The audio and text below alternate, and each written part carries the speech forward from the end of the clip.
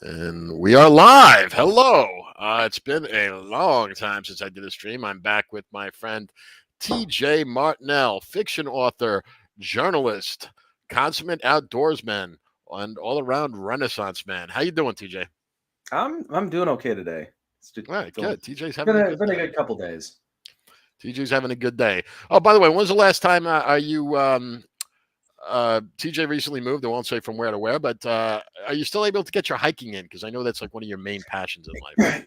Yeah. Right now, not really. I'm close to a lot of hikes, but they're more high altitude, so I got to wait until the snow melts. So this is for people who I don't know who where people are from who listen to the live stream, but I used to live right next to the I-90 corridor, where there was probably 12 different mountains, all within like all close to each other. So you could theoretically go to three different trailheads within a mile. So No. that way, and they were ones that the snow would melt pretty early, just because they're fully exposed by the sun. The sunlight will touch the whole entire mountain, so the snow melts. There's no like one side where it's not exposed to sunlight during the day. So you can hike them theoretically in March or something like that. Very beautiful stuff. But my area, no, not really. And Leavenworth was kind of like that too, where there was Icicle Ridge and there was maybe one or other two peaks, but really you had to wait until summer, and that's when the temperature was so high, especially last year. I I, Yeah, I would Leavenworth do gets it. hot summers. I've been there. Yeah, I mean, there was a couple of hikes I did that were in the middle of like the hot temperatures, and I I just can't do it. I don't think my people, and I don't know what my people all come from like the wet rainy parts of the world. Yeah, I'm Uh, Irish, so- so I feel you. I feel you. yeah, like, we're used to wet and cold and rainy, but when it's 90 degrees, it's just not. Yeah, when you It's hike not. at altitude at 90 degrees, I mean, I don't know. I guess I did a lot of that shit in my early mid 20s. I was into a lot of that. Yeah. But if I was to do that, I recently had a birthday. I'm not going to say how old I am, but I'm well past 29. Let's just put it that way.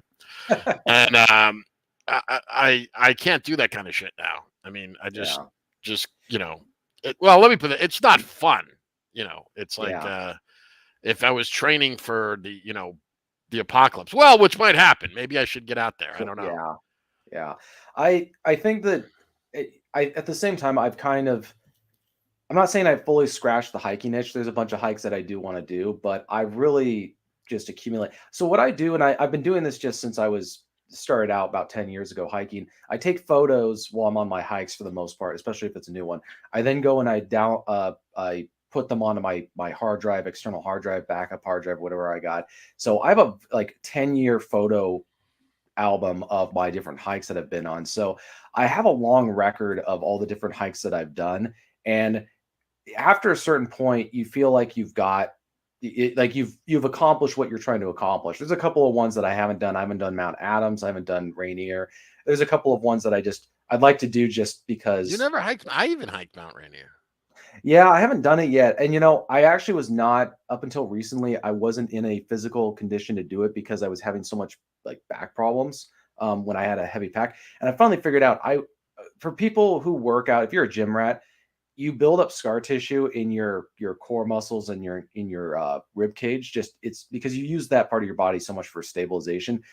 So you have to either go get a massage therapist to break down that scar tissue, or you got to do it yourself, because what it does is it eventually starts just pulling on all the muscles. Everything gets tight, and it actually becomes hard to breathe at some point. So that's Oh what I yeah, ended so up. it's pushing down on. Yeah, I got you. Yeah, I mean, it was pretty amazing when I was doing some research, because I was just trying to figure out like why is it so hard? And I was having I wake up at like 8 o'clock in the morning after going to bed at 9 and still feel like I didn't get any sleep. It was because I wasn't able to take a good deep breath in while I was sleeping.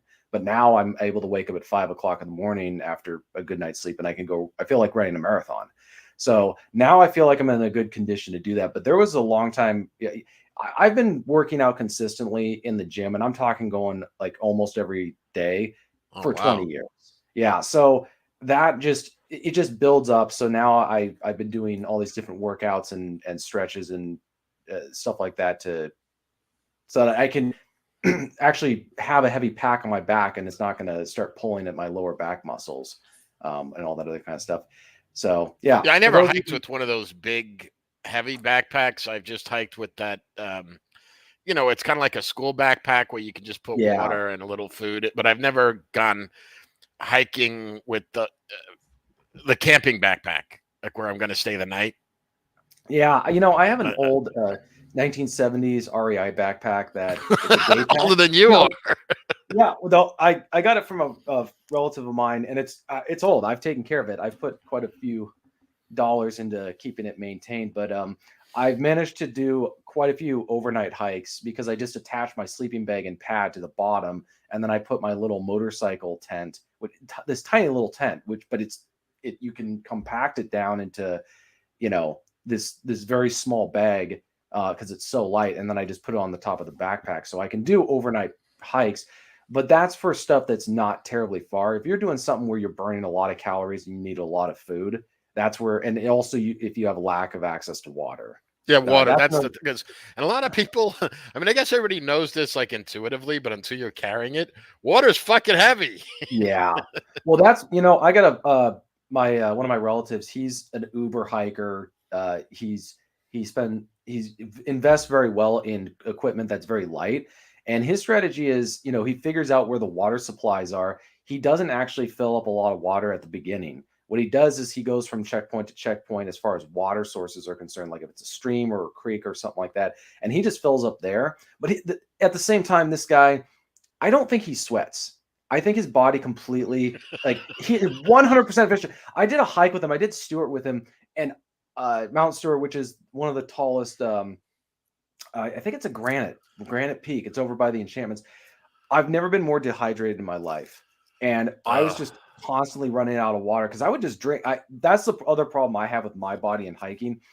I have to drink a lot of water. I well, dehydrate for those who very. don't know, also when you get to altitude, you go. I don't know what the physics behind it is, but you lose more water. Yeah, yeah. But not for my relative who does the hiking. I don't know how he does it, but he does not really. Uh, he doesn't have to drink a lot of water. He's almost like one of those desert rats that they get all their water from the seeds that they eat or something like that. I can't Oh remember which one wow, it okay. was. Yeah, they never. I don't remember where I read this. This is just some random fact I've known since I was a kid, but they don't ever drink water. They're one of those creatures that never has to actually consume water directly, which I thought was. But that's how you survive in the desert. There's just no water. Yeah, I So if you guess maybe it's some genetic adaptation. I don't know, but I'm a fucking camel. I mean, I drink water like need, uh, I'm yeah. ridiculous with how much water I drink. Oh, Armored Ghost is in the chat. He says the Steel has his last return, but the CDC has already counted his absence as a COVID death. Yeah, rumors Wow. of my demise have been greatly exaggerated, but that's pretty funny, actually. That's a good one. Oh my gosh. Well, yeah. So yeah, I've never I have a long term, not long term, but long hiking pack where you can put a lot of stuff into it. I got it for really cheap. I just haven't had to use it because I just haven't gone on. If I was going to do, I don't have any particular personal desire to do the Pacific Crest Trail. I just don't. For some people, I think it's just been too commercialized. There's too many. It's kind of like Mount Everest, where the line up toward the mountain is a Disneyland line. At that point, it's just like there's so much garbage up there. On Mount Yeah, I Everest. heard that it's filthy. The everything because they never it can't be clean because yeah. What's interesting? I got to know back when I was living at my old place. I knew a retired forest ranger. He's actually the one who when he was part of the Forest Service, he implemented the program for the enchantments. Because what was happening is it was the same thing there. So many people were going there and they were leaving trash, and they were actually having to like helicopter out the garbage. They would bring in a helicopter, or they would toss the garbage into it and then take it away. And he finally just said, "Look, we need a permit program to limit the number of people who can come and stay overnight. Nothing wrong with hiking through, but if you're going to stay there, you got to have get the permit, which they do through a lottery system or something like that." So that's where it just makes sense. Like you can't just have it where you like the how can I put it? Like the open borders people, when it comes to public space, are like, well, anybody should be able to come and use this space. Well, that's not how it should work, because we see what happens. It gets just abused. Like there's no incentive to maintain it or preserve it. So you got to restrict the number of people and, frankly, the type of people who are using it. You don't want some, people who are just going to completely defile the some natural beauty space and then just walk away and it's somebody else's problem. So Yeah, yeah. that's. But I mean, let's get into, if you don't mind, let's get into some of the current events where we don't have a syllabus of what we're going to cover An now. agenda, yeah. But well, no, but well, this is, I kind of prefer keeping it organic. This kind of stream of Yeah. conscious thing. I've always kind of liked my uh, streams to be that way. I'm not, and plus I haven't talked. I haven't even talked to you privately in so long. So.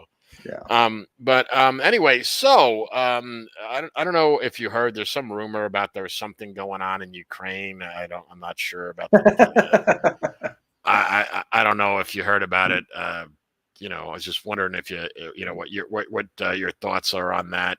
I mean, Yeah, good Lord. I think I just start from I don't know, and anything that anybody tells me as far as the governments are concerned are lies. That's just those are the only two things I know for certain is I'm being lied to, and I have no idea what's going on over there. mm, Because there's so much just nonsense of like where people are saying one thing and then 5 minutes later they're saying another thing, and now I'm hearing people say, well, one, we're having like Lindsey Graham is, calling for the assassination of another oh person's another God, I country. hate that I'm just fuck. like, I'm just like watching this is like, and then it's now acceptable to like call for violence against ethnic Russians on Facebook and social media, and Oh they're yeah, like, I heard that. I can't remember if it was Facebook or Twitter said it's okay to yeah.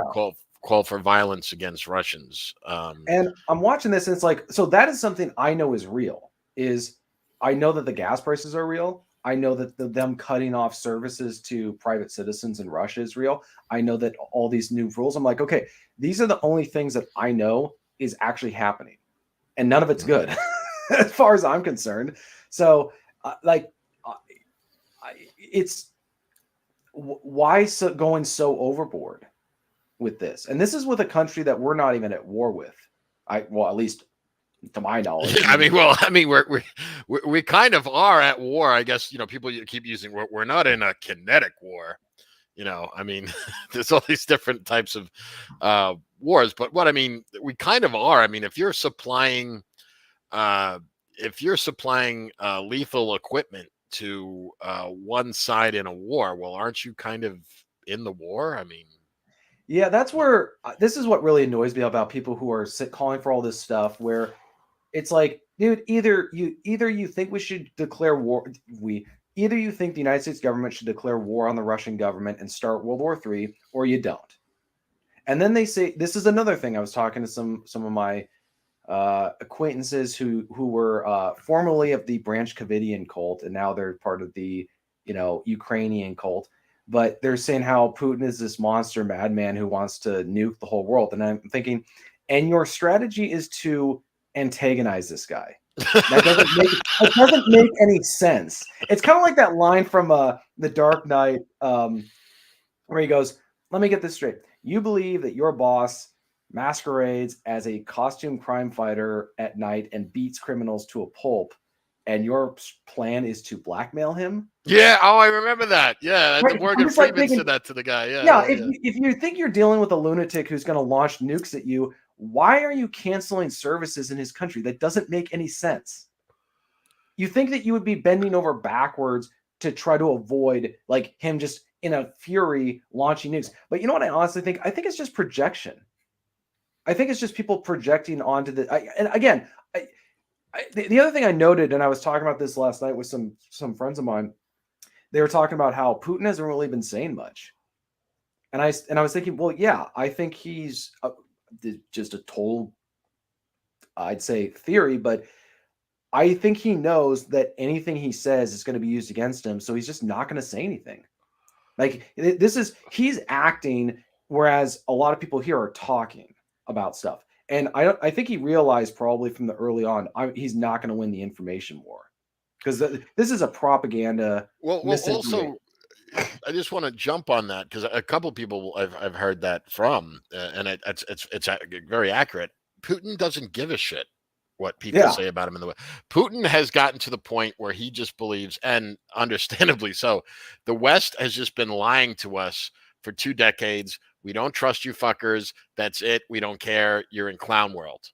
Okay. We don't care what you say. We don't even bother anymore. Right. You're just, you know what I mean? It's like trying to talk to a crazy person. You're Well, yeah, just, no, it's literally, it reminds me of that. I never played the game, but there was this game called Assassin's Creed Valhalla, and it's about the Vikings invading England. And there's this scene where Alfred the Great, who was this very famous English king, said, "It's time. The time has come to speak to these people in a language they will understand." And he's he fought signing like, back. Yeah. yeah, he's declaring war basically on these Vikings. He's realizing like that is actually how you deal with the people, the our elites is they their power is in keeping the person they want to control from committing, like basically trying to deceive them into thinking, oh, this is something that can be worked out through discussion and dialogue. And whereas they don't know how to deal with a guy who doesn't talk, he just acts. Well, yeah, Like, that's the other thing about Putin, because I've actually been following Putin's career since just after 9/11.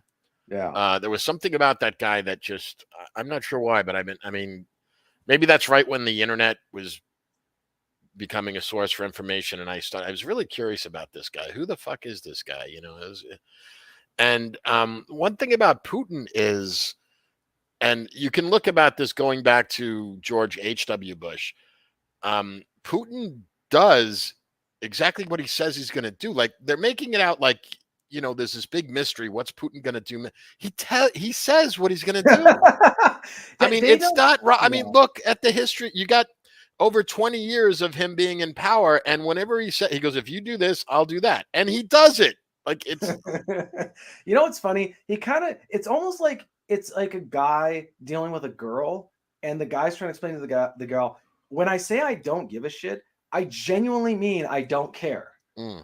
And they think that there's something else going on about that. But yeah, I've actually been reading a lot about Putin in recent years, and just about Russia and kind of what happened after the Cold War fell or ended and the USSR fell and all that stuff. And I think Americans are very ignorant about the situation in Russia after the USSR fell. It was in a really bad situation. Oh, people were committing suicide. Uh, People had completely lost hope. And I think that's one of the reasons, because people don't study that period in the 90s, after the Soviet Union collapsed, how bad things were in Russia. So they're completely oblivious to that. Then Yeah. Putin came to power. I mean, the Russians defaulted on all their debt. I mean, Yeah. they were. I mean, it was horrible. I mean, economically, the pensioners were all starving to death. People were committing suicide. People literally lying down on train tracks. I'm not kidding. Yeah. Like that was Yeah. going on. Um, Alcoholism was out of control. There was a huge AIDS epidemic. People were just hopeless and helpless. Crime and corruption were, completely out of control. The All the resources of the country were completely looted. And then Putin came to power, and they're talking about the oligarchs. Putin got rid of the oligarchs. Yeah, Um, I think that also, you know, people want to talk about the USSR and all that kind of stuff, and it was not a good system. I think one of the problems people don't seem to understand is that you have to replace something with something else. And what happened is also just, I think it was humiliating for the Russian people. Like, when the system, and it's hard for Americans probably to understand, but like the Soviet Union and communism and all this, that like there was these intertwined identities, I think, with them. Whereas in America, I think people really cannot, for the life of them, separate the U.S. from America, like the government from the people. mhm. And so I think for them, it wasn't just the Cold War ended, is we were humiliated because of just a lot. I think Putin watched a lot of people in charge when he was starting out, where they kind of just failed at the Soviet Union could have things could have ended differently. I'm guessing that's what based on what I read, is things could have ended differently the way that the system fell apart, but it just collapsed. Like I think it was just people, the government they all just gave up or something. Like I don't know. I don't fully understand it. I don't fully understand the time period and what actually caught. Like what was it that actually just at one point people were like, yeah, this is over. Like the Soviet Union is over. It doesn't exist. We don't want it to exist anymore. Like what led up to that point, I don't know. But I think Well, there Putin. was, excuse me, there was actually a couple of things. One of them is kind of prescient. One of the reasons that the Soviet Union collapsed, and you almost rarely hear anyone talk about this, but it was the collapse in oil prices, interestingly enough. Oh, interesting. A lot of people don't know that. So oil prices kind of collapsed, and that was one of the things that the Soviet Union was one of the exports they have, and of course natural gas. They still have they still have huge amounts of Yeah. oil and natural. But the problem was, and of course, being a communist run economy, a central what's the expression, a central planning economy. Of Yeah. course, they weren't the most efficient at doing this, but they still, because they had such a huge amount of oil, they were able to sell it. And that was one of the things, among many other natural resources. But back under the Soviet Union, and you might know this, but despite the fact of them controlling Ukraine and also large parts of Russia, also are, they say Ukraine is a breadbasket of Europe. There's Right. also large parts of Russia that produce huge amounts of grain. They still were, I don't know if you know this, but the Soviet Union used to import grain from the United States because they were so inefficient with Yeah. their farming. Now they don't have to do that anymore. Like combined, Ukraine and Russia, I think, export around 30% of the world's grain. That's a huge amount of food. Yeah. Can you imagine 30% of the world's grain exports come from combined between Russia and Ukraine? Now, of course, now Russia's going to be able to control Ukraine, within a few weeks. They're going to be the ones that control. So, and also, natural gas, and also now that they've technology has increased, over the last 30 years since the Soviet Union has collapsed. They've tapped other oil wells, and it's gotten more efficient since Putin's put in power, and a lot of the cronies Right. have been kicked out and put in jail, and things of that nature, as Arnold Schwarzenegger would say. And Yeah. that so the thing that people don't understand about Russia is they're completely self-sufficient. Russia has all the food and all the energy they need. Like if the rest of the world disappeared, Russia Yeah. would be able to feed Well, the yeah. population and keep the lights on. Well, they're banning, McDonald's, Coca-Cola, and porn. And I'm thinking like, okay, you're Why don't they do that here?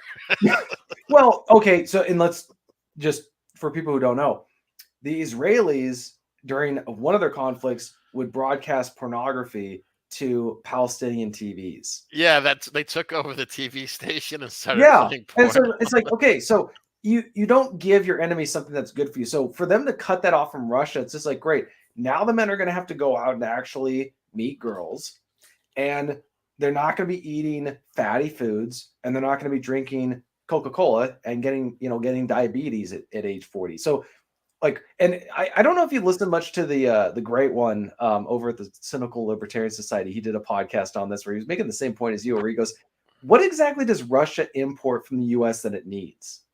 Like America is really just completely, whoever has been in charge, they've completely shot the country in the foot economically, because there's not a whole lot that we export that other people need other than weapons.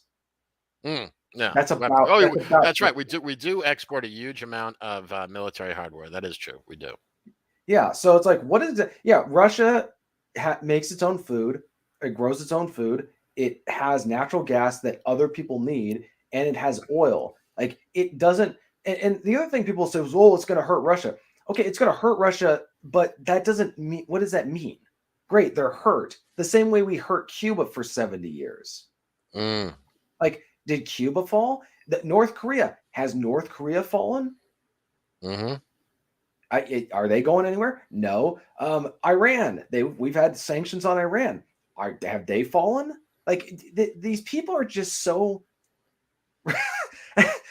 I just struggle to understand like what delusional bubble they live in, where they think that, oh, we're gonna cut off supplies of like these luxury items, and also we're gonna do it against private citizens who may be against the war.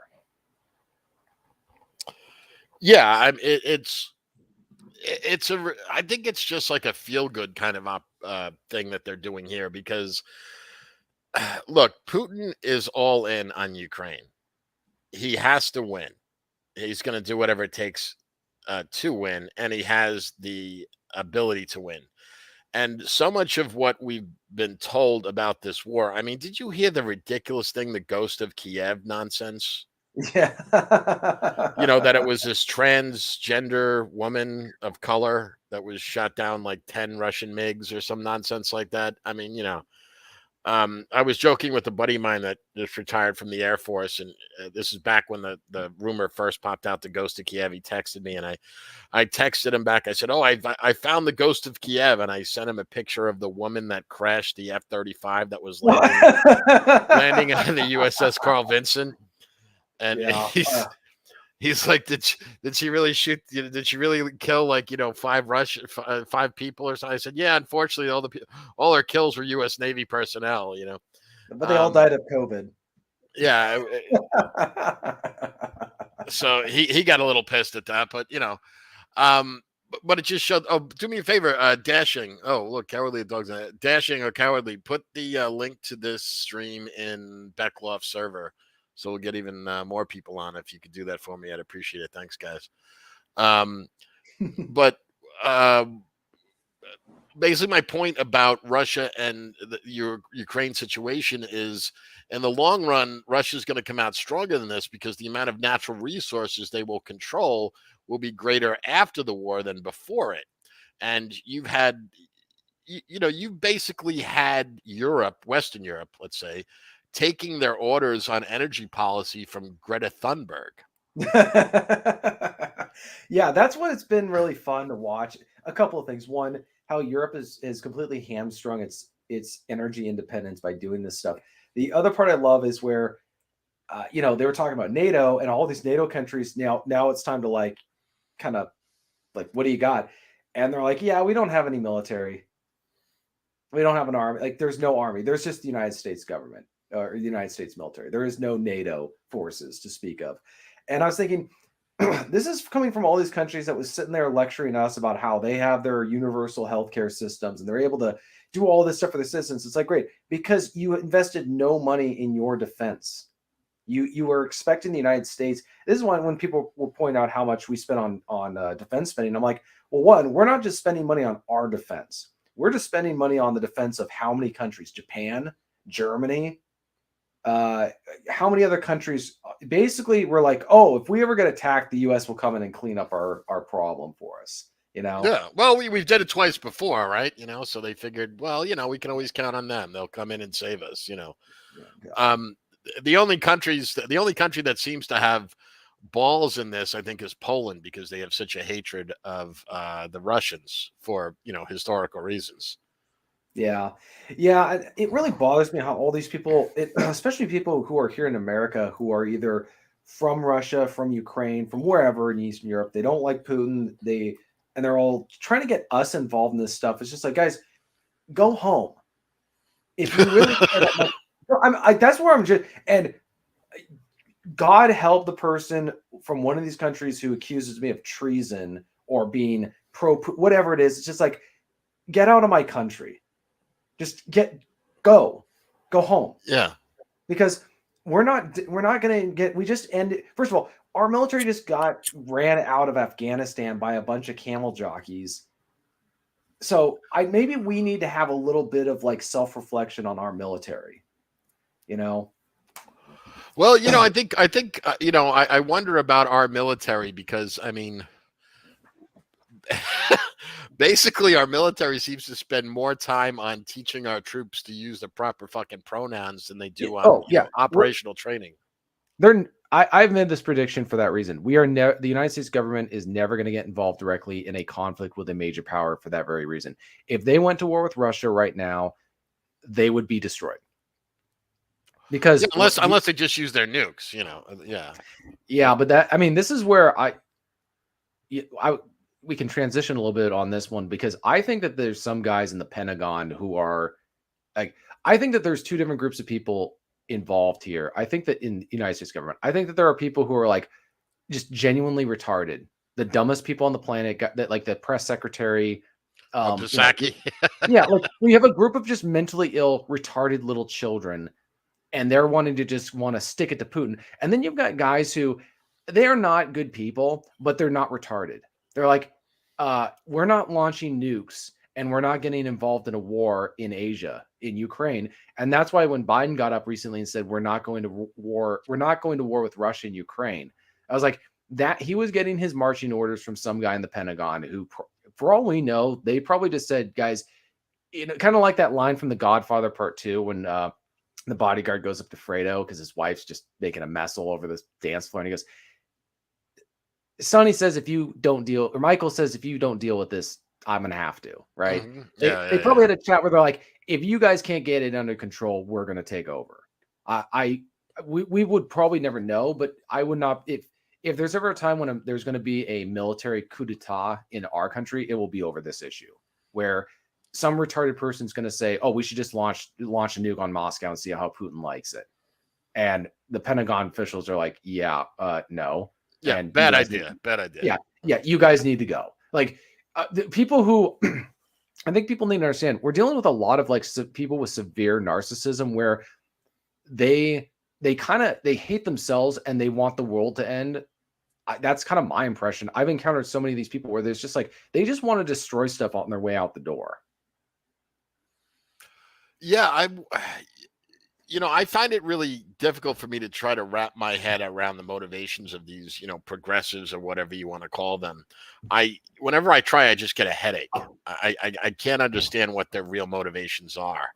I think in some sense they do want to destroy everything, but only, well, I always said this. I remember having a conversation with a friend of mine about why the left always has an advantage over the right, like, politically. And I says, because unlike the right, the left would rather destroy everything than lose power, where the right would rather surrender and hope they can get it back one day. Where the left will say, no, we'll before we give it up, we'll burn it to the fucking ground. Right. Now that's absolutely one of their strengths is either we get it or we burn it to the ground. And right wingers know that, and they're just like, oh no, they always back down at the whenever there's a crisis, they back down just every single time on every issue. And then they rewrite, they basically pretend like, oh, we're going to redraw that line in the sand and pretend like we didn't cave, And this is where it's fun to watch all these like progressives who aren't keeping up with the times. And so, they're a Democrat from 2010. And so their views haven't caught up, and then they get canceled by the left, and then they're like confused about what's going on. Because, I don't know if, I think people need to be reminded, like a decade ago, gays could not get married in Washington State. In 2012, it was not yet legal. Like that's how much things have changed in 10 years in just Washington State alone. Oh yeah. I mean, there was a funny tweet. They said if someone someone went into a coma in 2002 and woke up in 2022, what would be what could you what would you tell them that would like freak them out the most? And there was a whole bunch of funny ones, but one of them was the number one female swimmer has a penis. Yeah, I mean, no, we are so beyond like the Weimar Republic in terms of just degeneracy. Like this is, and the only reason I think we're getting away with this is because we're the world's reserve currency. Germany was not. Germany was kind of getting, the Versailles Treaty completely just kneecapped them. And then they had to do the whole hyperinflation thing. But yeah, it's just like, how much further is it going to go before just something snaps? I don't know. Well, I do think that the powers that be are nervous about this because someone was talking about like the propaganda thing, like, and that will work on the NPCs for a while, but everybody has to go to the grocery store. Like everybody has to buy food. Everybody has to fill up Right. their gas. Well, who drives has to fill up their gas tank. And by the way, the state that we live in, Washington, fucked, man. I'm getting anally raped without lube every time I fill up my car, man. I mean, Yeah. Jesus fucking Christ, man. It was what was it? The place I normally go. I found another place that was the place I normally go was it was yesterday was $5.19 a gallon because that's the closest one to me. It's a Shell, and I did find another place that was I think it was 405. Excuse me, 503. This is for Yeah. regular. Yeah. Um, and I understand Seattle has a little bit more. There's more taxes and stuff like that, and is it? But I mean, that's insane. I mean, that's fucking insane, man.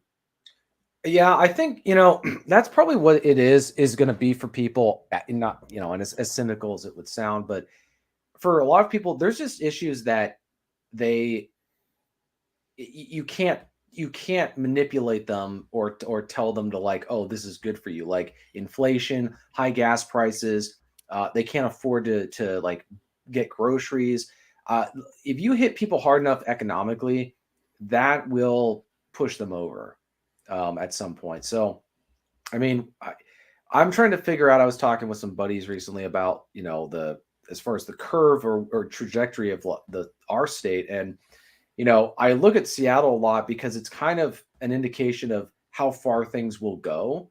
And if things start to pull back in Seattle and things like the new mayor actually starts cracking down on crime or Actually, he homelessness. did. He did start. I don't know if you kept up with that. You probably did because you're a journalist, but he did Yeah. start some of the sweeps. But we'll see. If he keeps that up.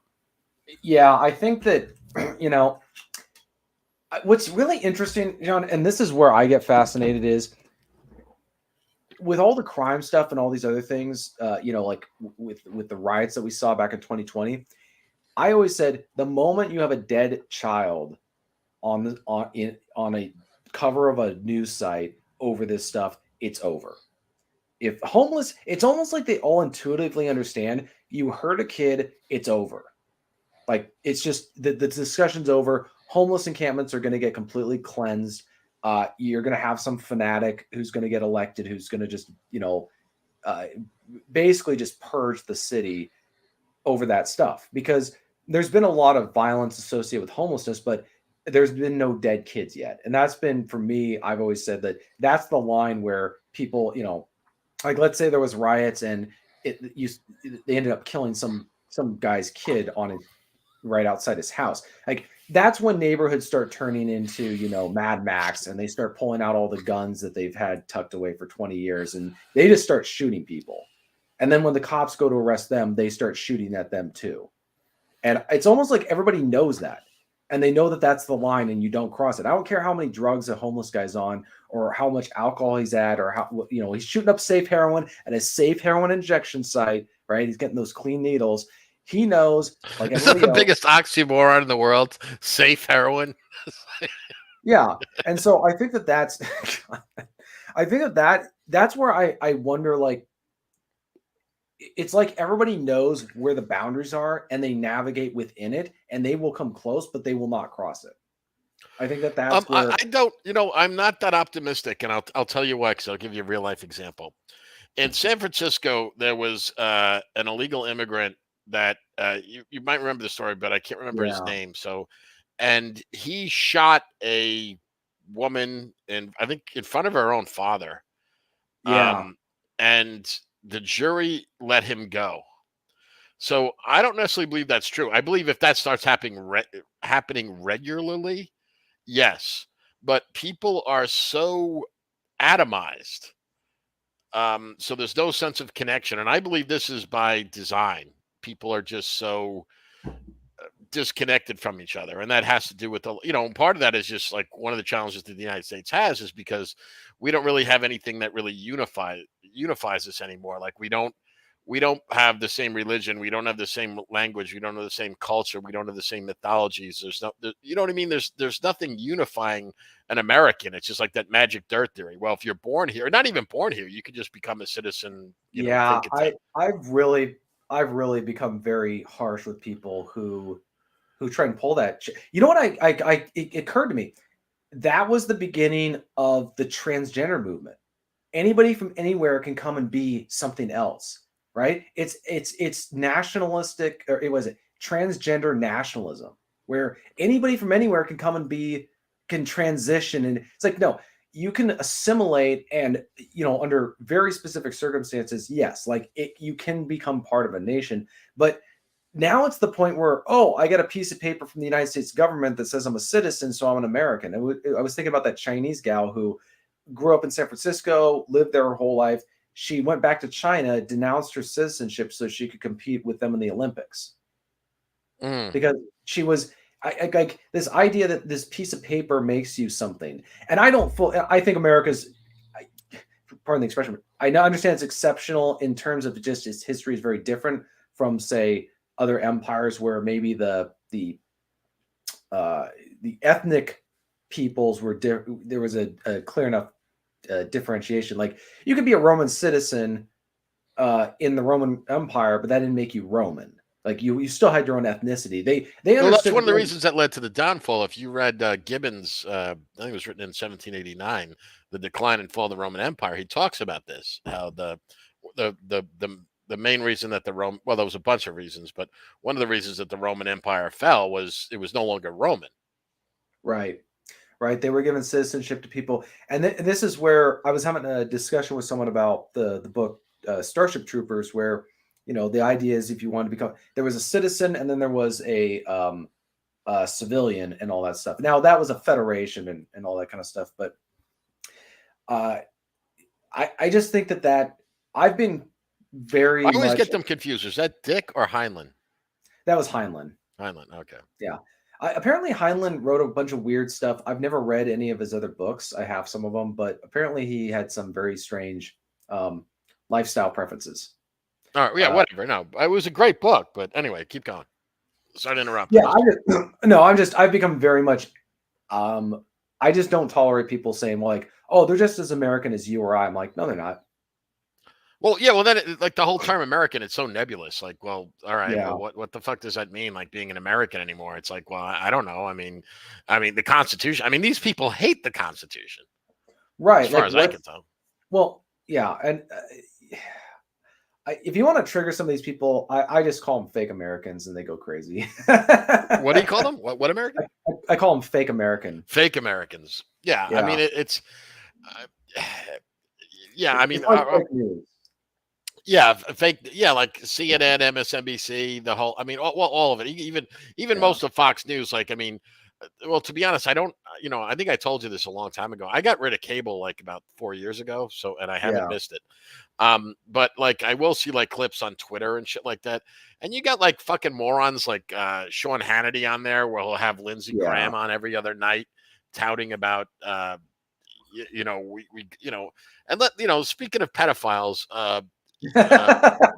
Lindsey Graham. I mean, I'm fairly certain that they got video of him buggering little kids. I mean, that's just my Yeah. theory. I have no proof. It's funny. I come off for most people who know me in my normal life. They see me as being a pretty reasonable. I'd say, I don't want to use the word moderate, but they think my views are pretty normal within our context of our society. And then they're always telling me, "Can you believe this guy thinks this?" And I'm thinking, that dude's like a lefty compared to what I think, as far as what's going on. Like, I remember when I was in college, I had a buddy who was listening to Alex Jones. I was like, this guy's crazy. Now I'm listening to him. I'm like, dude, you're pulling your punches here. Like, it's not nearly that good. It's even worse.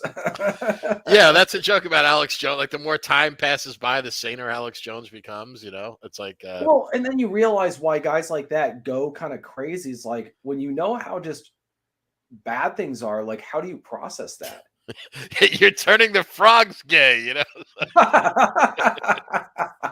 Yeah, I mean, it's funny how I just thought, like, oh, it can't be that bad, and then you get older and you start seeing stuff in real life. You're like, oh, like, you think the normal people that are, oh, they're pretty reasonable and this stuff. It's like, no, do you then hear them say the most crazy, insane things, but they just say it in this very like mild manner position, like, and I'm trying to think of an example of that, but where they're defending the riots, or they're defending CRT,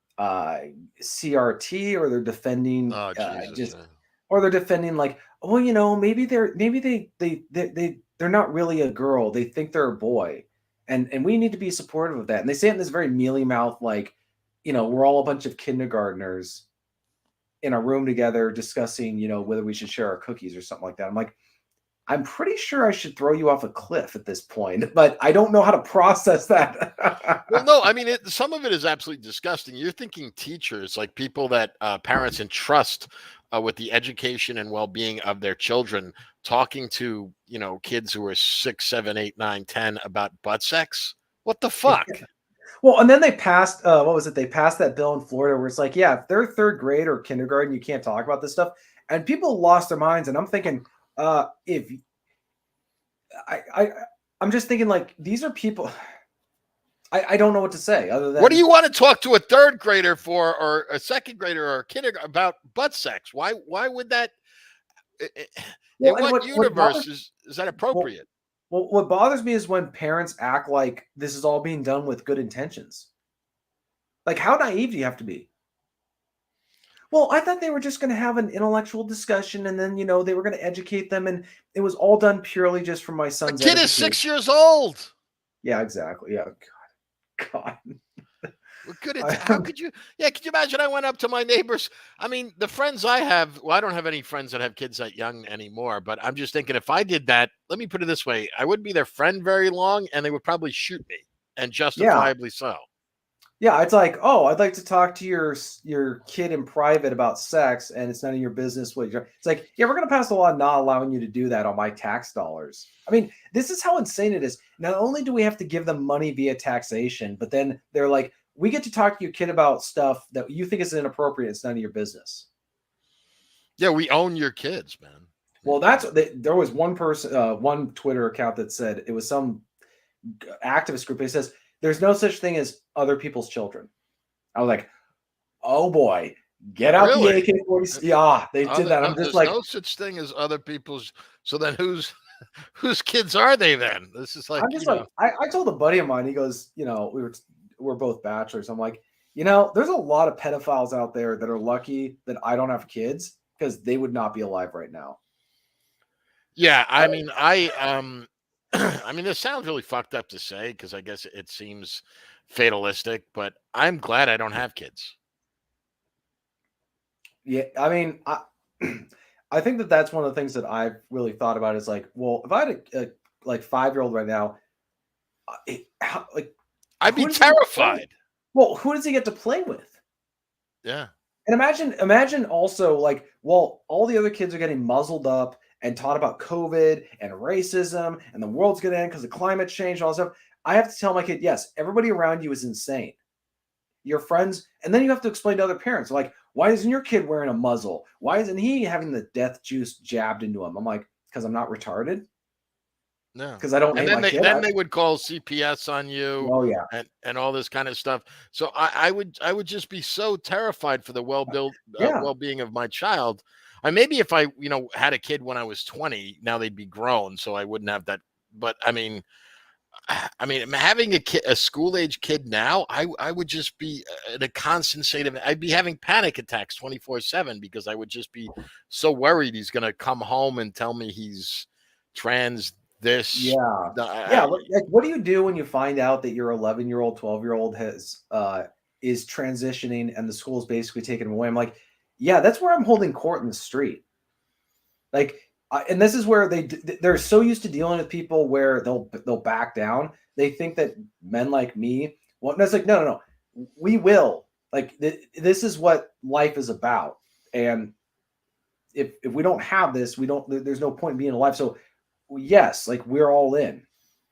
Yeah. When it comes to kids, like, I mean, I can't understand these some of these parents because I mean, if there ever was a hill to die on, it's for the well-being of your children. Yeah. I mean, what is more important than that? I can't think of anything. No, and that's where I got kind of cynical. I was just looking at it and saying, well, if people are, and this is where I kind of just I wash my hands. I'm trying to be as stoic as possible and say, when I see stuff going on, saying, you know what, I can get mad at the people doing this, or I can get mad at the parent, or I can just say, you know what, I'm not responsible for what these parents do if they choose not to protect their kids. But at the same time, those kids are going to get older and they get to vote. Mm-hmm. And they get to vote to take away my rights or elect people who are going to take away my rights. So, on one hand, I want to just be stoic and withdrawn. But at the same time, I'm thinking, what implications does this have for society? Also, you know, uh, kids are getting they're going to get more socially retarded as they get older. Like, I don't know how some people are thinking about like the Zoomers. The Zoomers are so. It's like, guys, I don't know if you spend a lot of time with Zoomers, but I've seen it, and I they're all wearing masks out in public, just walking, like they've been muzzled. Yeah, like we're not talking indoor. We're talking right out in the street. They're wearing the mask. Yeah. Oh, by the I way, mean, Seattle, you don't have to wear your mask anymore. yeah, I've always said about the mask mandate. I'm sorry, Johnny, I forgot you were there. You may go now. Tombstone. Yes. No, I see. Yeah, I see these kids with the muzzle on. I'm thinking, my generation and yours, your Gen Xer, we would have completely not put up with this. We would have not been wearing masks after 2 years. We would have done all sort. This is where I try to be kind and understanding to the youngsters, but I'm also like, do you guys not have an ounce of independent spirit in you? Like, where you're gonna just like, my generation, we would have been like doing pranks with the masks. We'd have been doing, but then again, our schools weren't full of it wasn't that bad in the school system, comparatively speaking. Well, Like you hadn't been indoctrinated since Yeah. fucking birth, and well, I mean, I don't know about like like my generation. Like, believe it or not everybody even went to kindergarten. Like, a lot of people Yeah. just went to first grade. That was the first time you were in school. Now they have pre-K, and government, and then even before that, they have government daycare. So parents are not really raising their kids. Your kids are being raised by the government. Yeah, I think that's it. I think that I think that they're just, they are taught from a very early age, we will break you. If it takes for the rest of your life, we're going to break you. And they just give up. And that's, it's kind of sad. Well, it's kind of, reminds me of that Star Trek episode that was based on 1984. There are four lights. Yeah. And do you remember that? Like, you must have read 1984. Well, yeah, of course you did, but Yeah. remember, I think it was in the novel. I believe it was, how many fingers am I holding up? Isn't that true? Yeah. Isn't that how it was? How many novels am I holding? Smith. Yeah, I think so. And then in the Star Trek episode, which I think everybody saw, was, how many lights do you see? And that was basically like the breaking you. And then, like, if you read the 19, the dystopian novel, but it's basically come, I mean, Fahrenheit 451 in 1984. I mean, this is where it is right now. I mean, I just heard recently that I can't, was it the New York Philharmonic will not play Tchaikovsky because he's Russian? Yeah, I've been hearing this stuff, and like, this is where I haven't really had a conversation with anybody that I know, because I just don't think anybody's going to listen, but I see this as like a warm up for what they're going to do to Americans. Like, they're softening people up to the idea of, oh, we're going to stop doing this stuff. And then, like the calls for violence. And I think people who are dissidents need to really think about this. If they start allowing riots or pogroms against ethnic Russians in this country, just understand that stuff's going to show up at your front doorstep too at some point. Mm-hmm. So, No. like I was saying, where's your line in the sand? And not yours, but like, I'm just telling people, like, understand, there's not going to be a point where it's going to end. I don't know if things are going to get that bad, but yeah, it's genuinely terrifying. And I'm on one hand, I'm a little sympathetic to some of the ethnic Russians I know who live in America, because I think they're genuinely afraid of being murdered by either mobs or the government, or having, like, being fired from their jobs, being ostracized, having their services suspended. I mean, this is where all the I guess the libertarian types that I know, who are all about, private companies can do whatever they want. Well, we're seeing what private companies can do to a people in our modern, quasi. Don't even call it free market. Just call it if you want to call it capitalistic or whatever it is. There's a problem when an entire group of people are just on the same page as far as canceling an ethnic group on this kind of stuff. Yeah, it'll be interesting to see how they, because I remember, I don't know how old you are when 9/11 happened, but I remember after 9/11 happened, they were saying that there used to be TV ads showing like Muslims saying, I am an American, and all this kind of, kumbaya, like we're all the same, we're all the same. Right. But I'm not seeing that now. I'm seeing the exact opposite. Right. With Yes. That is a very good point. And I was thinking about that the other day. I was thinking about when, uh, well, think about what George Bush said after 9/11. Said like, this is not Islam. These are not Muslims. These are people who blaspheme the name of Allah. And yeah, Islam is a religion of peace. Yeah, yeah. all right, Islam is a religion of peace, and so there was a huge effort of like, we're not denigrating Muslims, we're not denigrating Arabs, we're not doing any of this stuff. Yet I do not hear any of that with Russians now. It's perfectly acceptable now to hate Russians.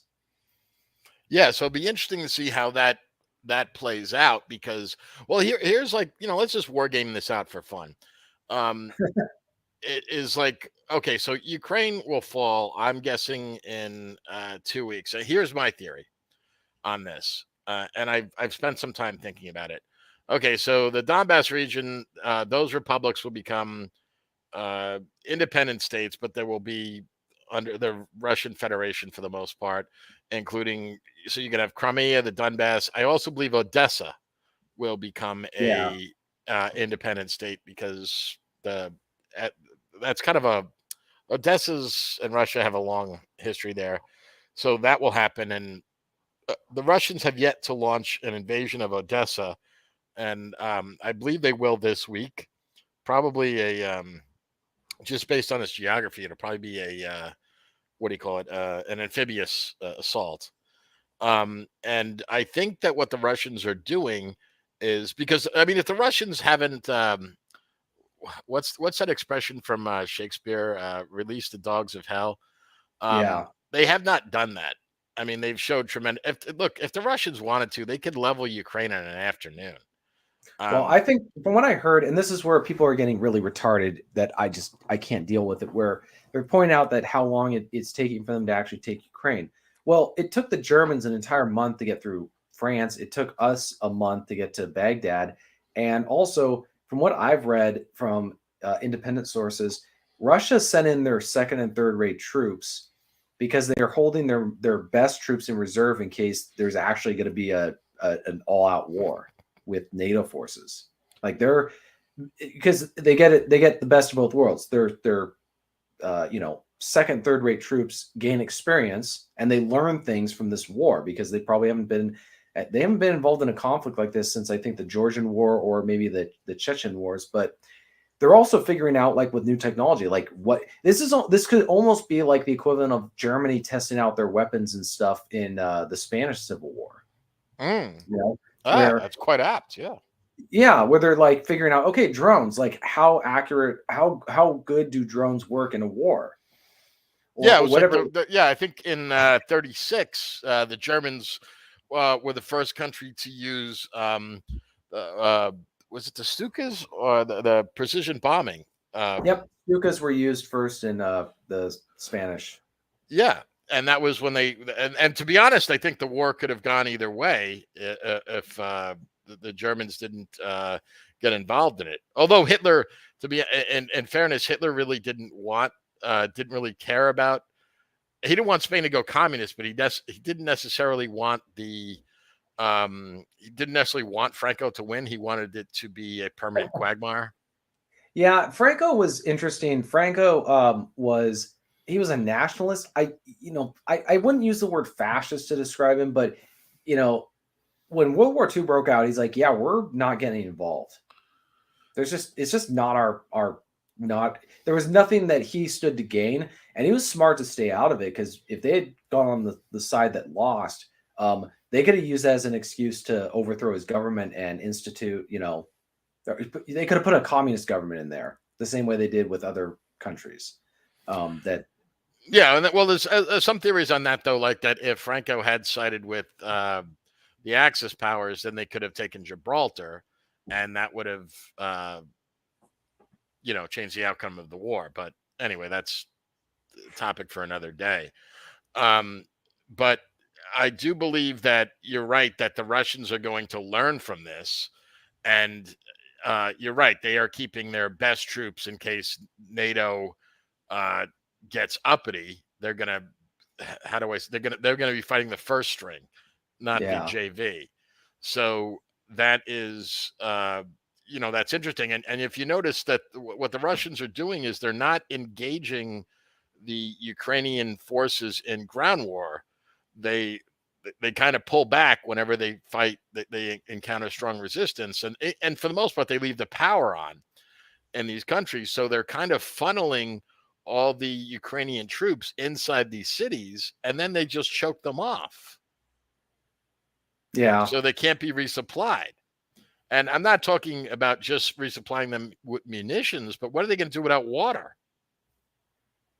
I This is where I really don't. I just have to. How do I put this? I don't believe what I'm reading, but I also know that you can interpret a lot of what's going on by how people are behaving. And our government, they're behaving as people who are just desperate.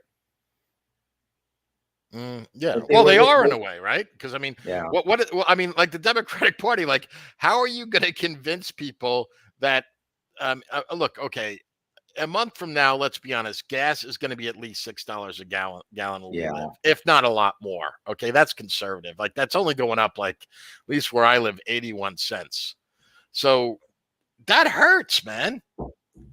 right. And people, the big question is going to be for them. They'll say, well, this is Putin's fault, and they're like, how is this Putin's? First of all, gas immediately went up in 2021. Yeah. So like no, it used to be under $3, and then it's been up in the at least in our state. So this whole idea that like, oh, this is Putin's fault, it's like nobody's gonna buy that. And also, Biden, can that dude get a word? Like he's one of the most this is another example of like the psychology of the world where this guy can't finish a sentence without mumbling. Like he sounds like he sounds like what was the name of that the grandpa Stan's grandpa from South Park? Okay. He was more coherent and he made more sense than this guy. Yeah, in fairness to Biden, it's not. Look, you get to that age. Well, okay, Biden was never the sharpest bulb in the shop. He was a retard. He was a total. The thing is, it's not about Biden. It's like millions of people looked at this dude and thought he was fit to run the country.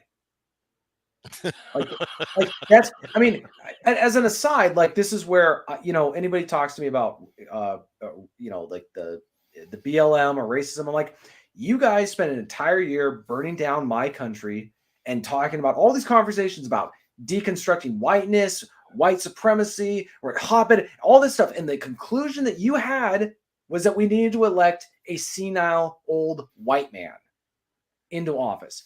Please just shut your face forever. I never want to hear. I will not tolerate those discussions in my presence ever again. You guys elected the most incoherent, bumbling, who also looked, he got up on television and said, if you don't know who to vote for, you're not black. I'm like, oh, he said if you're black and you vote for Trump, you're not black. Yeah, or whatever he said. But I'm just like, I never want to hear any discussion about racism in this country ever again. It's over. I never want to hear it. And people will say, I had a buddy of mine who said he was talking about that point with some coworkers, and they're like, well, America's not willing to vote for a person of color. And he's like, we just had Obama for 2 terms, you retards. Yeah. What are you talking about? Like what? Yeah. So it's just like people just say things where it makes no sense, but it's like you can't punch them. Well, yeah, without you got to be covert about it the way I do it, but yeah. Yeah. You can, but you got to be slick. No, yeah, and you look and also just the you're not old enough to remember this, but United States seems to be heading in the direction of what it was in the 1970s. And the only way I can because I know I'm an old man, but the only way I can kind of impart to you what that was like is probably through films. If you watch movies like Taxi Driver or Yeah, I just watched that. even more recently, Joker, the Yeah, Joaquin yeah. Phoenix Joker, watch. That's where we're headed back to. I sincerely believe that's what the United States is going to be like. Uh, it's kind of frustrating for me because yeah, I just watched Taxi Driver for the first time, and I've seen the Joker, so I definitely saw a lot of the parallels in both those films. Um, and you know here's what's really depressing. So you know in Taxi Driver, Robert De Niro's character asks out the redhead, the one who's working at the campaign. Oh, that was she wasn't a she was a blonde. Oh, she was blonde. Yeah, but I mean, she The was chick from Moonlighting. What the fuck is her name? yeah, Yeah, she was cute. I'm thinking like, yeah, back in the 70s, even when things were that bad, you could be a total loser and still get a girl like that to go out with you. Like that was considered normal. And I understand like, oh, it's just a movie. Yeah, but it's not about like it would have been considered normal for that to happen because if it wasn't, the film wouldn't have worked. People would have been thrown off by that. Like, why is she saying yes to a date with a guy like that? Whereas I'm like, now, uh, like the only type of guy that girl is going to go out with is some guy who's either a convicted criminal or he's very wealthy. a Like, hedge fund manager. Yeah. Well, I mean, yeah, also, yeah, back when they made the film Taxi Driver still spoke English. What's the last time you got into a Uber or a taxi where English is their first language? They're all from some other country I've never heard of. Speaking yeah, Swahili yeah, or something. But no, yeah, no. But I see your point. You're absolutely right. And there was this sense of, and also there was like a desire among women, which I think is very natural, of wanting to pair bond with someone of the opposite sex, meaning yeah. women wanted to pair bond with someone who has a penis and a Y chromosome, um, and and hope to create a family. Where that to now doesn't seem to be a desire for women until they hit like 30, and then they're like, okay, Well, and yeah, and like John and I were talking off stream before this, but like, yeah, I've encountered some of these girls who are like, "Oh yeah, I'm ready to settle down." I'm like, your life is like Chernobyl. Like I got to put a radiation suit on to just wade through just the drama. toxicity of your yeah. Yeah, and I mean, and I'm not talking about girls who are single, have kids or they got like. I'm just talking like the just sheer like the things that come out of their mouth. I was telling you, like they just say things. I'm like, well, I'm glad you're honest, but like you're signaling to me that you're a disaster zone. Well, So you're telling me that you've made some terrible choice. I mean, I try not to talk about my dating life publicly, but I mean, some of the girls I've dated and I've gone out on dates with them, and when you're talking, you're alone, you're at their place or they're at your place, and you're getting I don't mean physically intimate, but you're having psychologically intimate conversations where you're sharing about yourself, getting to know each other, and some of the things that they're sharing about themselves, it's like I don't want to have anything to do with someone that made, I don't mean this in a mean way, but someone who has a history of making choices that are that poor. yeah, Like that's not someone I want to let into my world that has a history of making such poor choices. Does that make sense at all? Like, no, see, it's exactly what when I hear this stuff, I'm like, you're fun to chat with, and I'm enjoying the flirting and all that other kind of stuff, and it's like it's almost like some type of like I guess the analogy is like dancing. I'll dance with you, but I'm not taking you home. Like yeah, we're not having 3 kids together. yeah, I don't want to let you into my world because you have a history of just making decisions that are,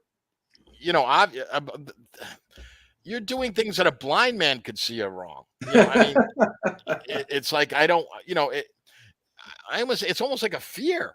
Like I don't want that person around me because it's not good for my, well, Our health. psychological well-being, but it could also impact, you financially. God forbid you get mixed up in this Yeah. person, you get them pregnant or what. I mean, I'm not going to risk that shit, man. I mean, I'm in a position in my life where I got my shit together, like I got my shit Yeah. together financially. I own my place. I got, I'm not going to throw that all away for some Yeah. cash. I mean, Yeah. Yeah. And it's, this is where I was kind of talking to a buddy of mine about this and was saying, like, we kind of have to be careful because we're going to have a lot of women who are going to be single. They're going to be looking for a guy. And I saw this years ago when, and the girls didn't say this exactly or explicitly, but there was definitely this attitude of, I'm going to go have fun in my 20s, and there's going to be a certain type of man who's going to be there to marry me in my 30s. He's just waiting for me. They're coming to that point, and they're what's that um Duran song, Hungry Like the Wolf. mm-hmm. Yeah. Like, they are on the prowl, and the moment they see a guy who's just remotely got their act together, you don't have a criminal Well, record. for those who don't know, and I'm not going to say where you moved to, but TJ recently moved from the middle of fucking nowhere to a place where there are actually women, and all of a sudden now, like, they are fucking trying to devour him because, so he's knee deep in vagina right now, but he's let's just say that the women attached to these vaginas are toxic people. I would just say, like, I don't think some of them they're nice people. They're not bad people. They're just, it's like if a girl was really sweet and kind and cute and had a great body, but she had $100,000 in debt. I'm sorry. No, it's just like it's like you're not an evil person, but I don't date and marry based on your morality per se. Like, it's kind of like within religious circles, I've had to explain to people, your piety is not a turn on. It's not a turn off, but like a lot of these girls think, oh, the more pious I am, that should be attractive to a potential guy who wants to date and get married. Like, no, like that's great. Like, it means that you're a good long-term investment, but if we're not interested in you sexually, then it's just not going to go anywhere anyways. So it's kind of the same thing where there may be girls that are sexually attractive, but they've got, like, the radiation factor is so high, where you're, you're, you're like, it's almost like Chernobyl, where you got to close off the areas, like, don't enter for 20 years or something like Right. that. It's just, and there's nothing you can do about it. And as I was Well, telling my buddy, here's the thing I worry about you, because now I know, like, because I knew where you used to live, and I know that that's a dead zone for young, attractive women. And now you move to a city where there's more, more women, and I'm hoping to God that you just don't get roped in. And so, no, I tend to. I mean, one of the things that I think in my favor, I really have zero tolerance for certain types of behavior. So I'll throw out an example. I'm ever having an argument with a girl, and I'm like, she's pushing buttons, and I'm wanting to leave, and she blocks the doorway. It's over immediately. Like, no apology, no nothing. It's over. Like, the relationship's over. No. I'm sorry. I'm lose never my gonna do it. number. Yeah.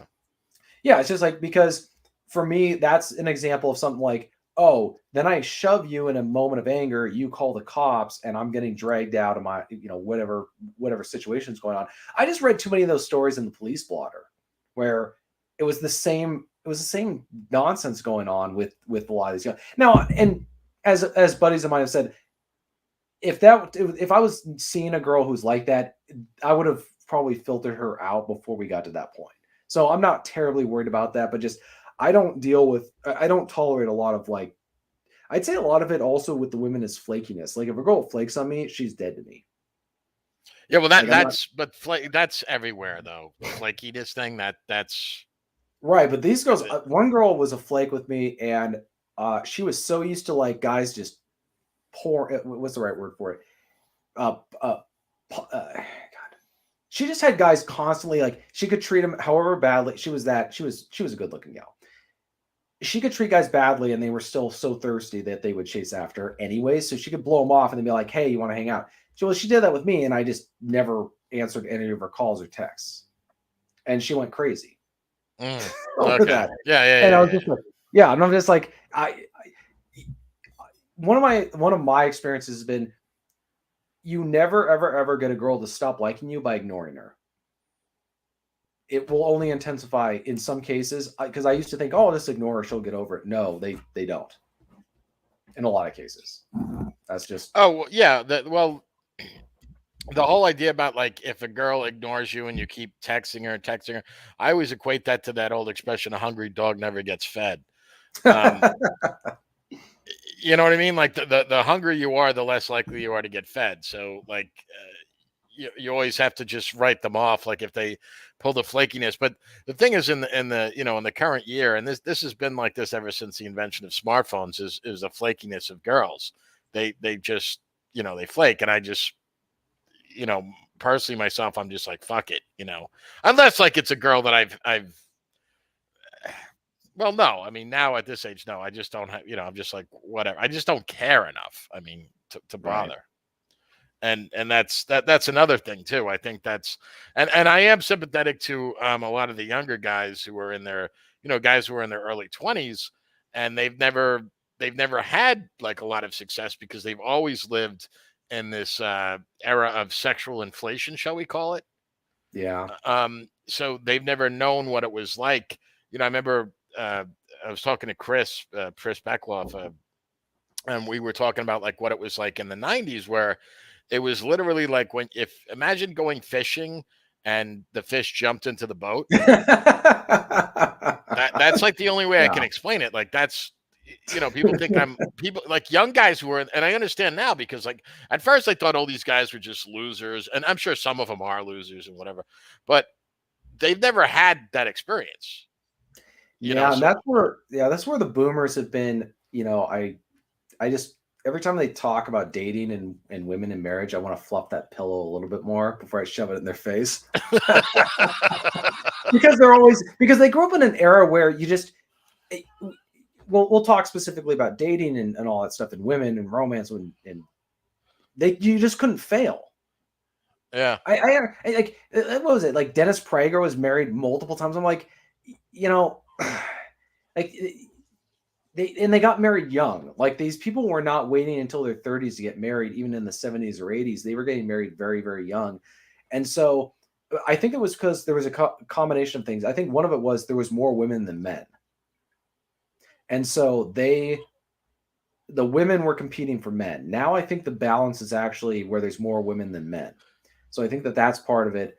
Well, there always are more women than men because there's the quality of women has gone down. I mean, well, the quality, yeah, no, but I mean that's just like biology, like it's an evolutionary thing. Like I think it's 106 males, or I think 108 males born to every 100 females, but because men die so much, die so much. What do you call it? Die so much when they're younger because we do stupid shit. And then there's war. We do, men are more likely to get institutionalized, go to prison, whatever. And then by the age of about 25, it evens out. And then from like about 25 and above, there's more women than men. And if you go to an old age home, and I used to be a Shabbos Goy. Did I ever tell you I was a Shabbos Goy? Oh, you were a Shabbos Goy? Yeah, I worked at a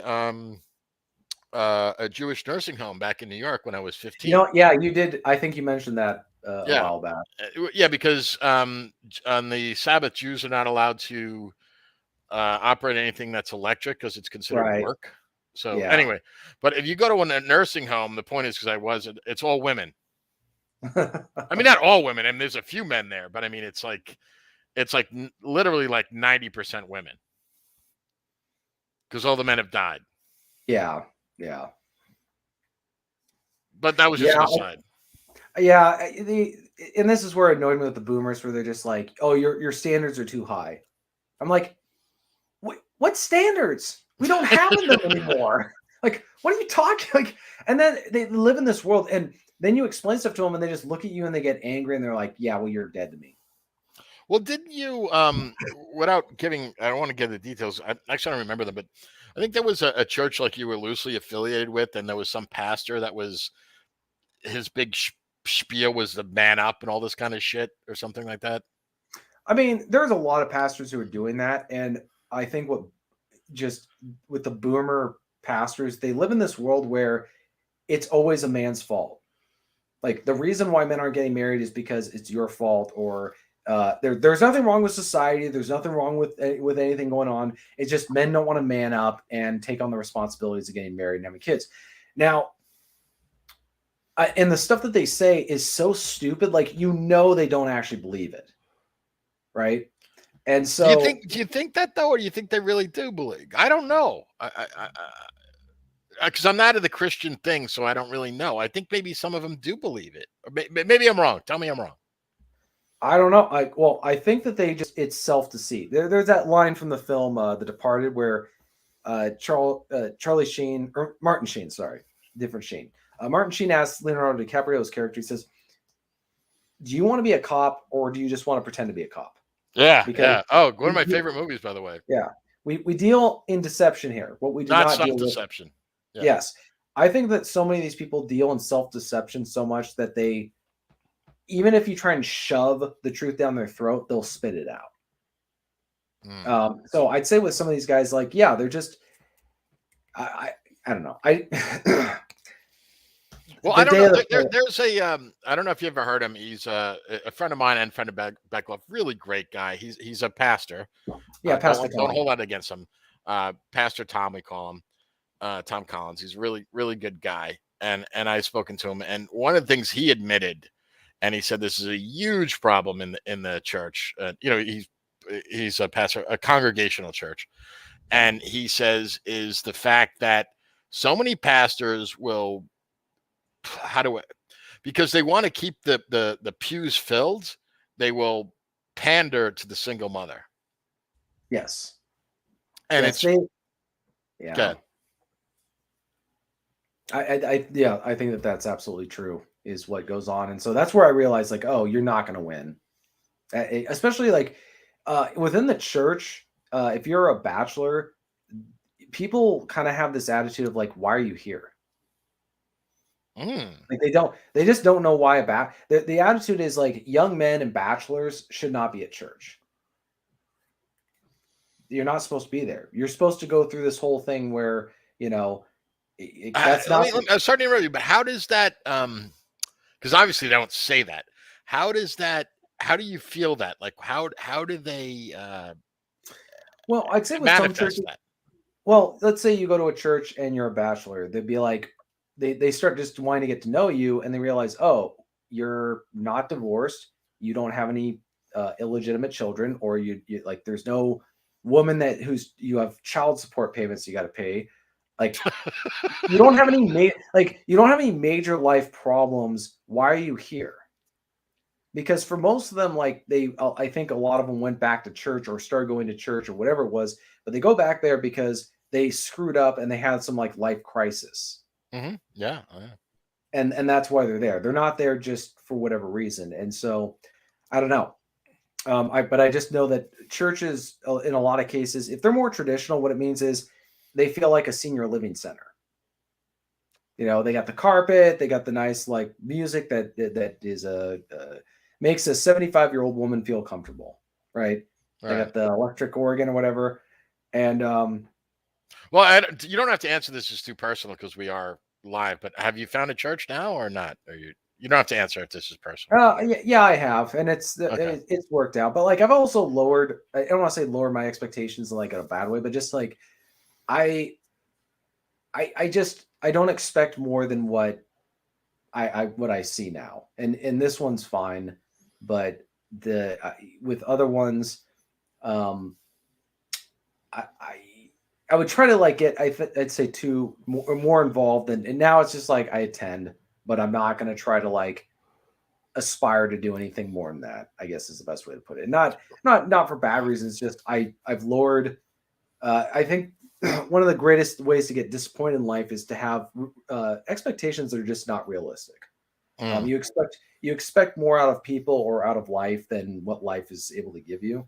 So, um, yeah, that's kind of how things are. But I also think that this situation is far more healthy than what was going on at other places I've been at, where one thing I've learned over life is that when people are like claiming, it's kind of like with the homeless, where they say they want help, but they don't want help.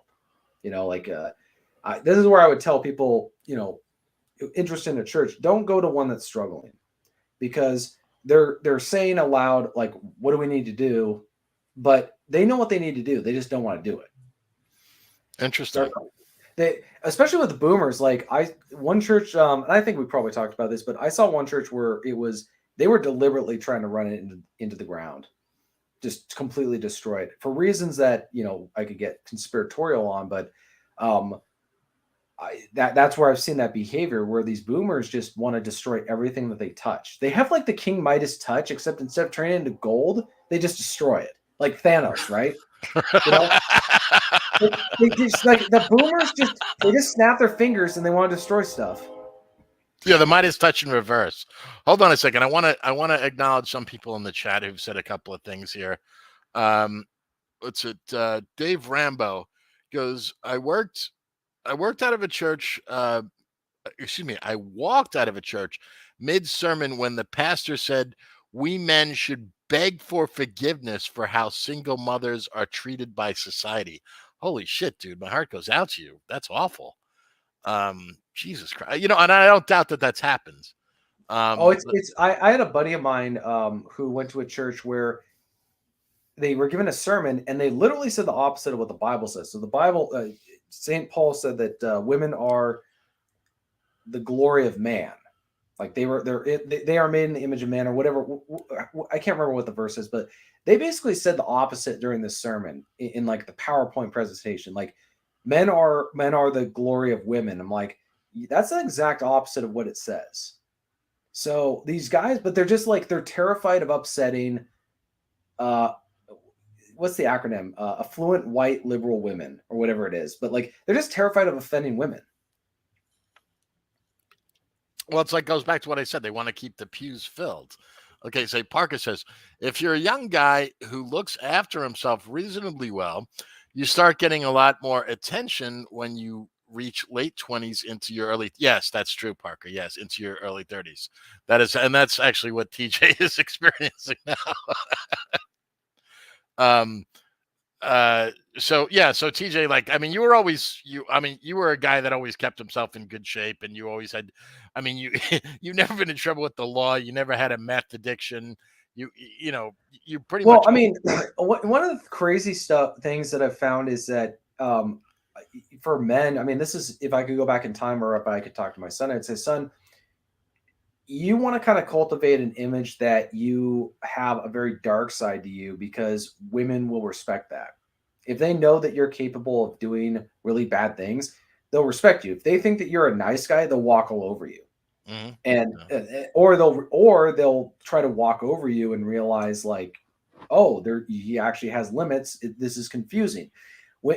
Nothing bothers a woman more than a man who I don't want to say they can't understand, but where he challenges. Nothing bothers a woman more than a man who has options. All that, but she'll never get over him. But like the ones where they get really enraged are men who that doesn't fit into their perception of how men are. Like it challenges basically says you don't really understand men. See, like that really bothers them with men. Men with options, that bothers them, but they understand it. Like this is a guy who can get a better girl than her. She gets that. But when it's like they categorize men, this is one thing I've been really interested in, is where men's personalities don't fit their archetypes. And I'll give a comparison. Let's say that there's a guy who's a biker guy. He's got tattoos everywhere. He looks like he got out of prison, but he's actually one of the nicest guys you've ever met. That is really like weird for most people. They don't know how to process that. It's like, this is a guy who should be like threatening to beat me up after a few drinks. Instead, he like is hugging me like we're brothers. That's weird. Like this, I expect that more out of the Microsoft techie guy who's fat and has an Obama sticker on his car still or something like that. I don't know. Right. Or what's the word? Me Too sticker. Yeah. Uh, or pound me too is really what it says. But no, it's true. Like that kind of duality is women find that fascinating. Well, I mean, I always think that I had a saying, and I don't know where I got it. And I remember saying it to several women I dated. I said, women are always looking for a man who's quote unquote worthy enough for them to surrender to. Yeah, it's. I think that that's one of the hardest things now is for men. Like, do you want to date or do you want to get married? Because you're and also you, especially if you want to get married, like you have to get married under conditions where the woman thinks that you are genuinely the best thing that she can get, and she can't do any better. But a lot of these women, by the time they want to get married, they feel like they've already had the best guy that they have ever had. Just they weren't married to him, and Yeah, that's that's what where. they call alpha widows. Yeah. I hate. Yeah, I guess for like alpha widow, like they've had the best guy ever, and they've completely segregated that. Where it's like these are the guys I'm going to have fun with, and I've categorized as I'm always going to think about them. And then there's the guy like the workhorse versus the horse you breed with, like that Hmm. kind of thing. Like I think they've segregated that much more now but man, this next generation, I mean, when a third of them are like saying, "Oh, I'm LGBTQ plus plus plus," like I'm thinking, like, are they even gonna like? Are they gonna have to use like a screen to kiss each other? It's like that scene from what was it, Naked Demolition Gun. Man? Uh, So Sandra Bullock's character, would you have sex with me? And he's like, okay. And he's like waiting for her to come out naked. And instead, she has that screen on her face. Oh God, yeah, yeah. I don't. I do believe, the expressions are going around the Great Reset, and we can get Yeah. all conspiratorial. I won't even get there right now, but I really do believe that when you take society to this level of degeneracy we're at right now, and I think we can all agree that it's there, where you got you know uh, pe- people with penises competing in female sports, and uh, well, no, I mean, really, I mean that's we're not even joking. I mean that's how crazy it's been. That there's only so far you can push that before either the society collapses or it changes. Now, I don't know which one will happen first, but those are the only two options, right? The society collapses and then it changes, or the society changes before it collapses. Yeah. Yeah. Yeah. The steak flight you were talking about, like how this is a reminder of the 70s. I was actually just watching the movie Miracle about the 1980s Oh, great US. fucking movie, wasn't it? Oh, I love guys. You just put the best goalkeeper on the planet on the bench. Yeah. I'm trying to remember the name of that Russian guy. Uh, Tretiak. Yeah, Tretiak and was the name of yeah, the goalie, and he was the greatest goalie probably in the history of hockey. And after what was it? After the second period, yeah. uh, they benched him, and he looks at the guys and goes, "You just put the greatest goalie on the planet on the bench." It was, it was like, What's crazy is Herb Brooks was also showing a video of him to the team, and he goes, "You score against him, you want to save the puck. It yeah, doesn't because it happen doesn't often." happen very often. Yeah, he goes, if you score against Tretiak, keep the puck because it doesn't happen you very know, often. The guy was a yeah, fucking machine. yeah. Well, the Russians. I mean, one guy I was watching a documentary on these guys. They hardly ever saw their families. They were just constantly training Yeah. for hockey, and it was funny. One of the guys was being interviewed, and he said that they were asked him like after the U.S. won the game, like, how'd you feel? And he goes, it actually felt kind of good. For the first time, we got to see some other team feel the way we felt all the time. And I was Ah, like, I wow, like that's a that. Yeah. yeah. He finally is like, we've beaten people so many times so often and we've won so much. We don't know what it's like to lose, but we also don't, we've never seen a team where they were like genuinely happy for winning. Like, yeah. So I thought that was really fascinating, but Well, no, yeah, that reminds me because when the same scene where when he talked about keep the puck, where they showed the Russians scoring goals, And like, like normally, like if you want NHL, I don't know if people, you want, everybody goes crazy when you score a goal and stuff like that. And then when the Russians score a goal, it was like, whatever. Like they didn't even Yeah. smile. And the guy says, he goes, they're not even smiling. He goes, well, they're Russians. They get shot if they smile. Like it was No, no no, that's big deal because they were so used to always just winning. Like that was crushing. just, Yeah. it was like they executed a play and it was like, well, of course the puck's going to go in the goal. Where else would it go? That was just, they were, they were just trained that way. And they were, these guys were fucking machines, and then Miracle, I mean, it's a great movie. I think it was 2005, I think, when it came out. Yeah.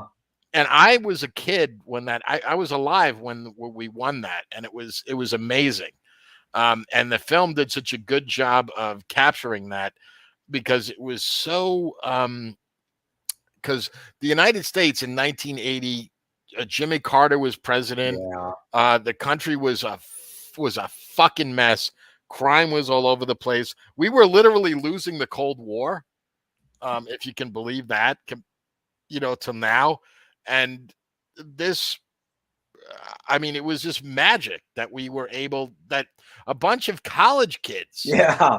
could beat like the greatest hockey team. I mean, they played the NHL All-Stars and beat the Yeah. living shit out of them. I mean, they beat Yeah. the NHL All-Stars, for fuck's sake. Yeah.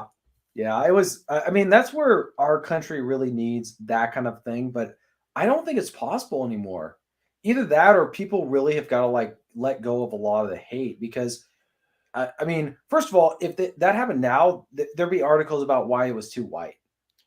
Oh, There wasn't enough diversity in the hockey team. So even though they won, it wasn't a victory for us. It was a victory for white supremacy or something like that. Like somebody would write that and it would actually trend, and it's like that's where we've people have talked about in the 1970s, and I said we're in a way worse situation. One, the Federal Reserve can't raise interest rates to 20% like they did in 1980 to combat.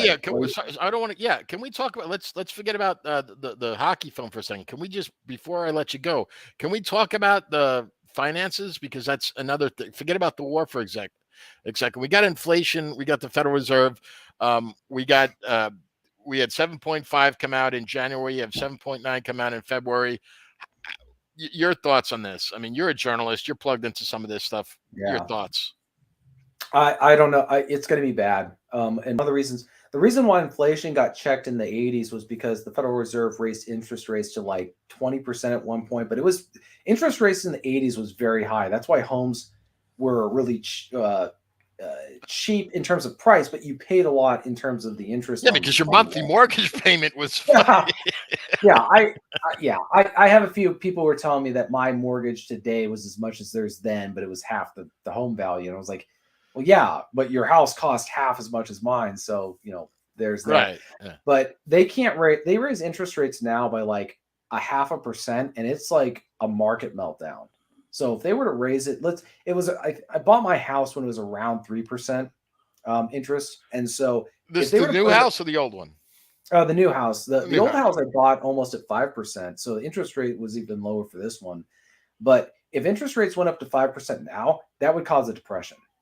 So they don't really have, and then they also printed like 80% of our US dollars were printed in 2020 and 21 or something like whatever it was. Yeah. The last 2 years. Like I don't know what they were doing or why necessarily, but they exhausted a lot of options when they did that, where they can't combat inflation. They've used up a lot of social credit as far as like just social capital. Like people just don't care anymore about stuff. That so they've undermined like why would anybody want to fight for America?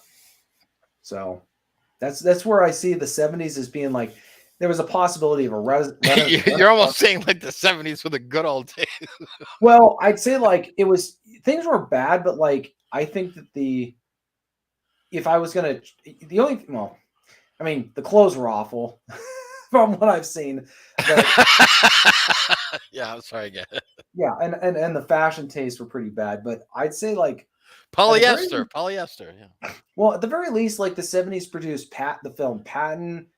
You had a couple of Clint Eastwood's Dirty Harry movies, and you had Star Wars. Yeah. Like Star Wars could not, I think Matt Forney has talked about this in his reviews of it, but like Star Wars isn't replicable now because it came out in the 70s, where I think people were just wanting that. They wanted like whatever the Star Wars films showed and was conveying resonated with that audience. But the people nowadays, we're just, I'm not going to say me, but most people are not, they're just so different and they can't handle that. They can't handle a film that's just where you have a bunch of guys who just have gravitas, who are competent in what they're doing in a film. It's all very juvenile. Like that's why the sequels were a bunch of dumpster fires.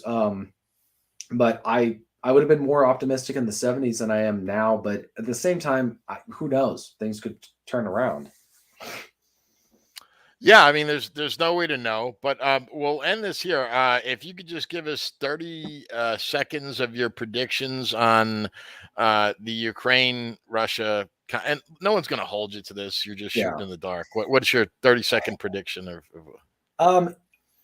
I see two things happening, and they're kind of extreme opposites. One is Russia takes over Ukraine, or it has some sort of treaty where it's demilitarized, it's neutral. That or the US just goes all in and we end up in like some sort of like very dysfunctional situation where they will never directly attack Russia because they're too effeminate. That's too assertive. They're going to try they're going to just do a lot of weird stuff, and they're going to definitely take out a lot of that angst on US citizens. So, if you don't want to murder Russians, then you're a traitor and we're going to, cut off your banking services, like something like that. That's what I see. Yeah, I agree with the latter part of what you said. That well, I believe what the Russians don't want to take over all of Ukraine. No one wants Ukraine. It's a shithole. They'll just well, it's true. It's this corrupt shithole. The only thing it has is speaking of Matt Forney, we were joking. He said the only two exports Ukraine has is wheat and whores. So, which is not far from the truth. So I believe that there'll be some sort of provisional government set up and it'll be demilitarized somehow, like like provisional government will be set up. There'll be a new constitution that kind of says that Ukraine can't join a military line, any military, like can't join the Russian Federation, can't join NATO, can't join, Hezbollah, whatever. Just, it has to be a neutral country and it becomes part of their constitution. And many of the Russian provinces get permanently liberated. They become kind of free states. That's my theory on this. As far as, I don't believe it'll be World War III, but who knows? Because, the someone can always fuck up. And, so that's that. But okay, well, I'm going to end this here, and I'd like to thank everybody in the chat for tuning in. It was kind of nice that we had like 10 people at one point here. This was completely unannounced and unadvertised, so that was great. TJ, why don't you? I'm going to put this in the description below after it's posted. I'll put the links, but please tell people where they can find you, and because you wrote you have a couple books that I've read, and anyway, talk about them and then where they can find you. So you can all go to TJ Martinell, MARTINELL.com. That will have links to almost everything. I used to do a podcast. I might actually get back into doing it, but it's got links to my books. You can also find them all on Amazon. You can also go to terrorhousemag.com. I've written a bunch of short stories there. And then there's Terror House Press that has a bunch of books that I've had published through them. All right. Excellent. Thank you so much, TJ. For everybody else that's listening, thanks a lot. And thanks for your comments. Sorry I didn't get to read them all. I'd appreciate this if you can like, comment, and share it to people. And also post down there if you'd like to see me do something else or interview something else, put that down there. And perhaps I'll start doing this again regularly. Anyway, everybody, peace and take care.